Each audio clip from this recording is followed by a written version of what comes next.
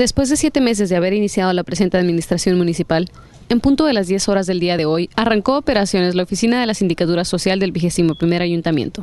El síndico social Francisco Fimbres Gallego señaló que con la apertura de las oficinas se espera fungir como vínculo entre el gobierno y la ciudadanía. Hoy lo quiero llamar como el arranque de las operaciones ya formales en esta oficina de la sindicatura, aunque venimos trabajando desde el 1 de diciembre.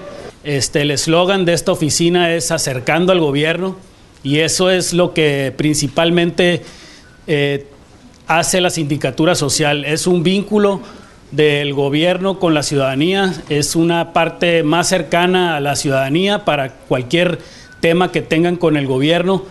Para este año 2014 no cuentan con presupuesto y 2 sindicalizados de base le fueron comisionados para labores. Este año no vamos a tener presupuesto, la sindicatura social no entra al presupuesto 2014. El compromiso con el presidente municipal es que en el 2015 sí exista la sindicatura social dentro del presupuesto de egresos del 2015. No, la renta la paga Oficialía Mayor, como todas las rentas del municipio se pagan por medio de Oficialía Mayor. El teléfono, la luz, también los paga con el presupuesto de Oficialía Mayor. Así se maneja en esta oficina y en muchas otras, ¿no?, que están fuera de Palacio.